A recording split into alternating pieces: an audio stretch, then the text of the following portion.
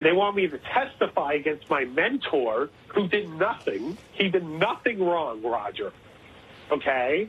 He did nothing wrong. In fact, he was treated terribly by Donald Trump. And by the way, we cost him a lot of money, Roger and me. But earlier this week, he has been subpoenaed in the Mueller probe, and he went from saying he wasn't going to testify to saying that he's going to comply 100%. But were you bothered by the way he kept referencing you in those strange interviews that he conducted earlier this week? Well, look, Sam, very much his own man and marches to his own drummer. He clearly has some demons, and I hope he is dealing with them. His interviews were kind of like a car crash. You couldn't look away. He contradicted himself numerous times. He took a phone call from another reporter in the middle of an interview. He seemed to be all over the place. Let me be clear.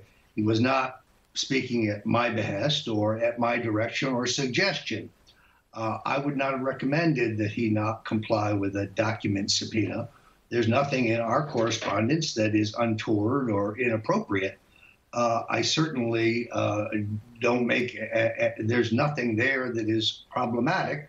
Having received nothing from WikiLeaks, I could not have told Sam anything about WikiLeaks. So I'm unconcerned about it.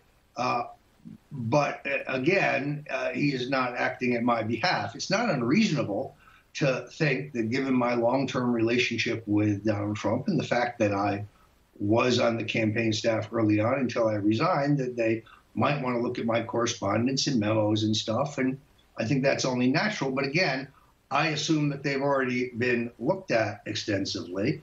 And they would show that there's no connection to the Russians. There's no inappropriate, shall we say, collaboration with WikiLeaks. That's just a canard. No collusion with WikiLeaks. Correct. A canard. Fair enough. Also, one more thing, you know, there has been obviously so much targeting of Trump, both in the media and what would appear like targeting from the special counsel's office. And you said you cannot underestimate the deep animus of the two-party establishment to Donald Trump and their resolve to remove him no matter what. Expand on that a little bit. Well, first of all, we don't have a special counsel law in place. There is no rule of law under which Robert Mueller operates. The special counsel law that we operated on has expired, and the Congress has not passed a new one. So when Mr. Rosenstein, the #2 man at the department, appointed Mr. Mueller, the guy who gave Rosenstein his first job, they gave him a broad swath under the old special prosecutor law for Mr. Mueller to broaden his investigation to, say, Trump's business dealings or any other issue beyond the narrow charge that he had, Russian collusion, would have required the approval of a 3 federal judge panel. That is no longer true. The Congress won't tell us what Mr. Mueller's budget is. His scope is anything he wants it to be. You know, there's a lot of questions about this process. The emails that have emerged from the FBI have clearly exposed a partisanship that I think relates to this investigation as well. Mr. Mueller has his own involvement in Uranium One, has served essentially as an executioner for both Republicans and Democrats, but essentially for the establishment.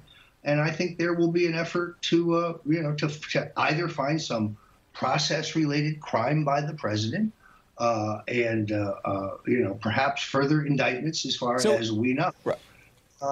You know, I don't know about Uranium One. I don't know anything about Robert Mueller's involvement with Uranium One. But my question is basically simply this: do you think this is a corrupt action by Mueller, or is this just them, as you said, trying to find discrepancies with process that they can prosecute Donald Trump on? Are they trying to do it by the book and just being? You know, in all fairness, we don't know what charge they brought. We don't know what charge they brought or will bring. If they're charging the president on a matter of perjury or obstruction of justice and say the Comey dismissal or the Flynn dismissal, let's see what they charge him with, if anything. Are they focused on other things? We don't know what his final report will be. I don't think legally the special counsel can indict a sitting president, but he can issue a report that would cause his impeachment.